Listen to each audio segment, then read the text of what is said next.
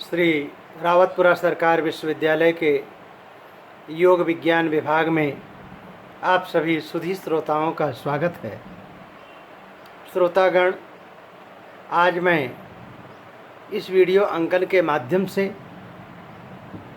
ब्रह्म विद्या योग विद्या को विश्व पटल पर किस प्रकार से स्थापित किया गया,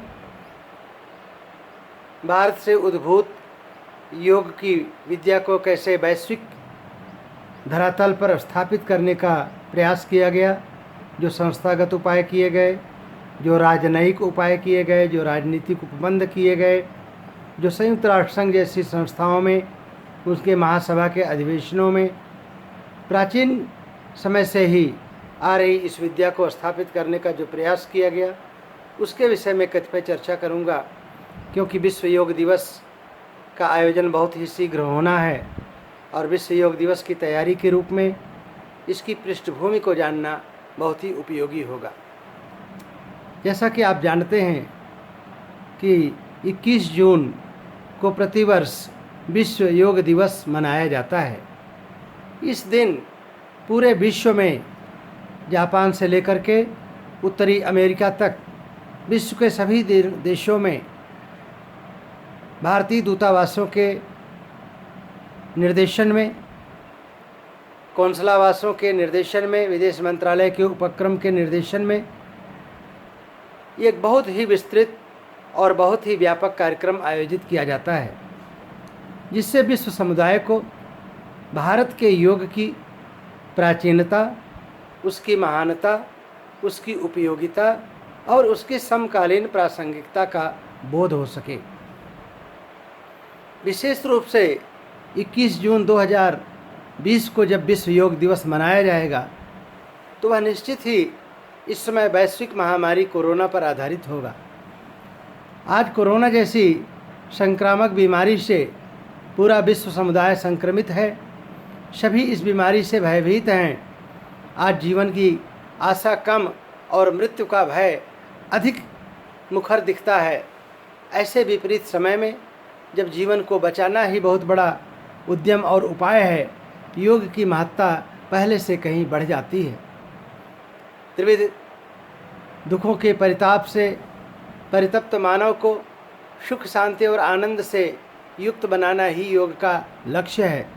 सर्वे भवन्तु सुखिनः, सर्वे सन्तु निरामया, सर्वे भद्राणि पश्यन्तु मा कश्चित् दुःख भाग् भवेत् का अमर उद्घोष इस बात की हमें प्रेरणा देता है कि हम सबको स्वस्थ और निरोग बनाने में सहभागी बने।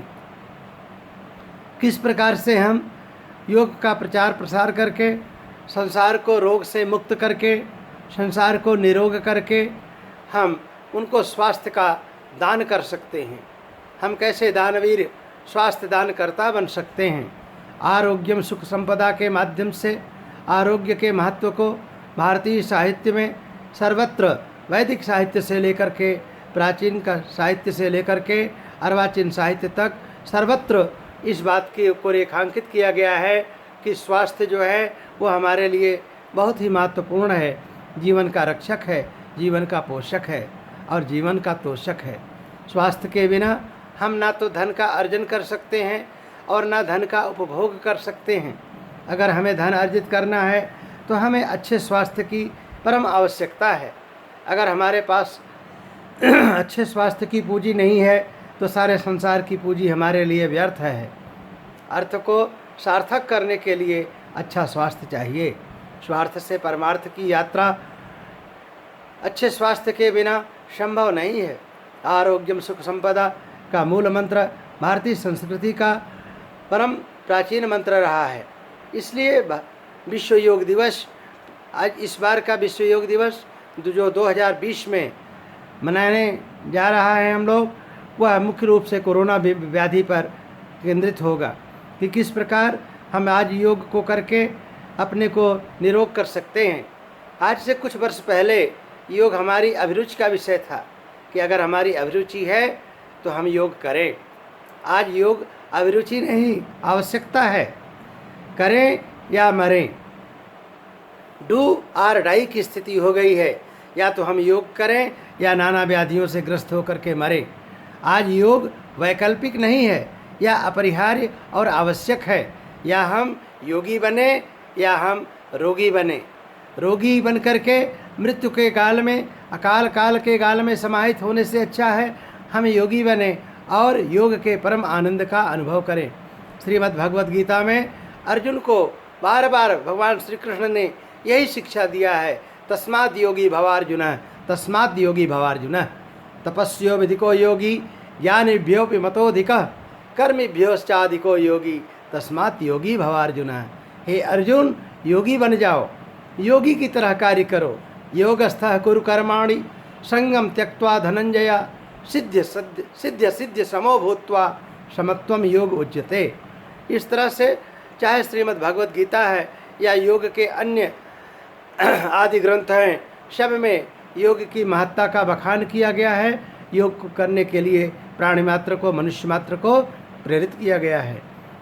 आप जब प्रकृति का विहंगम अवलोकन करते हैं तो सारी सृष्टि योगमय दिखती है। नक्षत्र अपनी गति में योग कर रहे हैं, तारे अपनी गति में योग कर रहे हैं, आकाश गंगाएं अपनी गति में विचरणशील हैं, योगमय हैं, और सब चीज़ एक दूसरे से जुड़ा है, क्योंकि योग का मूल अर्थ होता है जुड़ना, मिलना, एक हो जाना। जब हम अज्ञान के वशीभूत होते हैं तो हमें भेद दृष्टि रहती है, हम हर चीज़ को एक दूसरे से अलग समझते हैं। जब हमारे अंदर परम ज्ञान का उदय होता है तो हमारे अंदर यह विभेद की दृष्टि अभेद की दृष्टि में बदल जाती है। तब हम भेद के दृष्टि से संसार को नहीं, अभेद की दृष्टि से संसार को देखते हैं और वेदांत की तरह कहते हैं सर्व खलु इदम ब्रह्म। परम तत्व परमात्मा के अतिरिक्त ना किसी की सत्ता है, ना कोई व्यवस्था है। जो कुछ भी है, हर सत्ता में, हर व्यवस्था में परम सत्ता परमात्मा ही व्याप्त है। इस तरह से विश्व योग दिवस की जो पृष्ठभूमि है वो बहुत ही प्राचीन है, बहुत ही प्रासंगिक है। यह अति प्राचीन होते हुए भी अति नवीन है। यह उपयोगी होते हुए भी, परम उपयोगी होते हुए भी हर आदमी के लिए आज अनिवार्य हो गई है।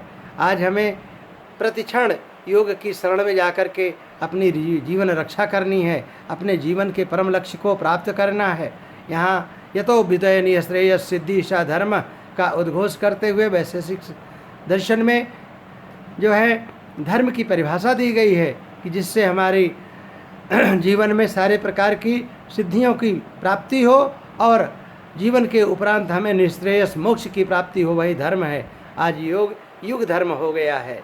योग धर्म हो गया है क्योंकि जो योग नहीं करेगा वो अकाल काल के काल में चला जाएगा। वह संसार के दैविक और भौतिक दुखों से परितप्त होकर के कलहपूर्ण, अशांतिपूर्ण, क्लेशपूर्ण जीवन जिएगा।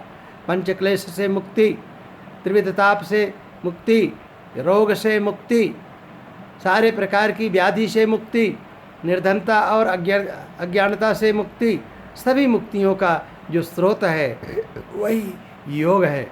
क्योंकि मुक्ति जो है वह भक्ति के माध्यम से ही मिलती है। भक्ति से तात्पर्य केवल उपासना पूजा पाठ से संबंध नहीं है। भक्ति का पहला लक्षण है श्रद्धा। हमको योग में श्रद्धा रखना चाहिए, योग में विश्वास रखना चाहिए। श्रद्धावान लभते ज्ञानम, श्रद्धावान लभते श्रियम। अगर हमारे अंदर श्रद्धा है तभी हमें ज्ञान प्राप्त होगा। अगर हमारे अंदर श्रद्धा है तभी हमें जो है ज्ञान की अनुभूति होगी। भवानी शंकरो वंदे श्रद्धा विश्वास रूपिणम याभ्याम बिना न पश्यन्ति सिद्धा स्वांता स्तमीश्वरम। गोस्वामी तुलसीदास जी बालकांड में, श्री रामचरितमानस के शुभारंभ के समय ही बालकांड में लिखते हैं कि मैं माँ भवानी, पार्वती और भगवान शिव को जो श्रद्धा और विश्वास के रूप में है, माँ पार्वती श्रद्धा स्वरूप हैं, भगवान शिव विश्वास स्वरूप हैं, उनकी मैं वंदना करता हूँ। भवानी शंकरो वंदे श्रद्धा विश्वास रूपिणो याभ्याम बिना हिना पश्यन्ति। जिनकी कृपा कटाक्ष के बिना सिद्ध मुनि ज्ञानी लोग अपने अंतःकरण में विद्यमान परमात्मा का दर्शन करने में असमर्थ रहते हैं। इसलिए आज योग विद्या की परम आवश्यकता है हमारे भौतिक उत्थान के लिए, हमारे आध्यात्मिक उपलब्धि के लिए। इसलिए शारीरिक दृष्टि से, मानसिक दृष्टि से, सामाजिक दृष्टि से आध्यात्मिक दृष्टि से, सांस्कृतिक दृष्टि से योग सर्वथा ग्राह्य है। आइए हम सब 21 जून 2020 को पूरे विश्व को योग की माला में गूंथ दें, पूरे विश्व को एक हार बनाएं और इस हार के माध्यम से कोरोना जैसी बीमारी पर प्रहार करें। योग के हार से जब कोरोना पर प्रहार होगा तो कोरोना की हार सुनिश्चित है, क्योंकि योग कभी भी पराजित नहीं होता है। धर्मो रक्षति रक्षिता, योग धर्म है। जो धर्म के कवच से सुरक्षित है वही सुरक्षित है। आज जो योग के कवच में है वह सुरक्षित है। जो योगी है उसका जीवन सुरक्षित है, अन्यथा रोगी होने की संभावना क्षण क्षण में है, कण कण में है। आपने इस मनोयोग से योग की इस पृष्ठभूमि को, विश्व योग दिवस की पृष्ठभूमि को सुना, इसके लिए आपको बहुत बहुत धन्यवाद। ईश्वर आपके मन की सभी कामनाओं को पूर्ण करे और आपका सर्वमंगल हो। इसी शुभकामना के साथ इस वीडियो वार्ता को विराम देते हैं। धन्यवाद।